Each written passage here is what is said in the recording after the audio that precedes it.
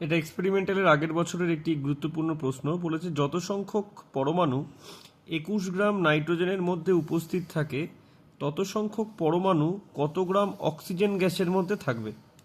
তো সবার প্রথমে দেওয়া রয়েছে ডাব্লু, দেওয়া রয়েছে 21 গ্রাম।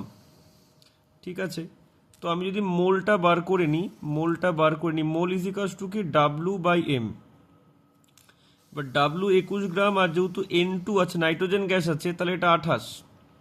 এটাকে যদি কাটা যায়, 3 সাথে 21, 4 সাথে 28, 3/4, 0.75 মোল আসছে। এবার যেহেতু এখানে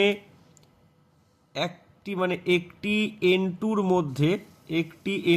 মধ্যে নাইট্রোজেন পরমাণু কতগুলো থাকে? নাইট্রোজেন পরমাণু থাকে দুটো, তাই না?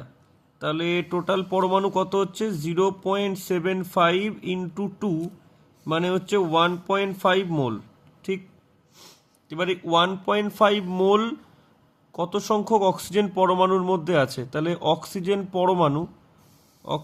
পরমাণু যদি বার করতে দেয়, অক্সিজেন পরমাণু মানে একটা অক্সিজেন, আর একটা অক্সিজেন মানে হচ্ছে 16 গ্রাম।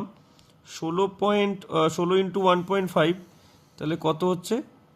তাহলে হচ্ছে 24 গ্রাম। তাহলে অ্যান্সার কত হচ্ছে? 24 গ্রাম। কীভাবে হচ্ছে? কিন্তু দুটো নিচে 10 আসছে, এটা 8 দুগুণি 16, 5 দুগুণি 10, 3 5 15, 3 8 24 গ্রাম। তাহলে অ্যান্সার হবে 24 গ্রাম।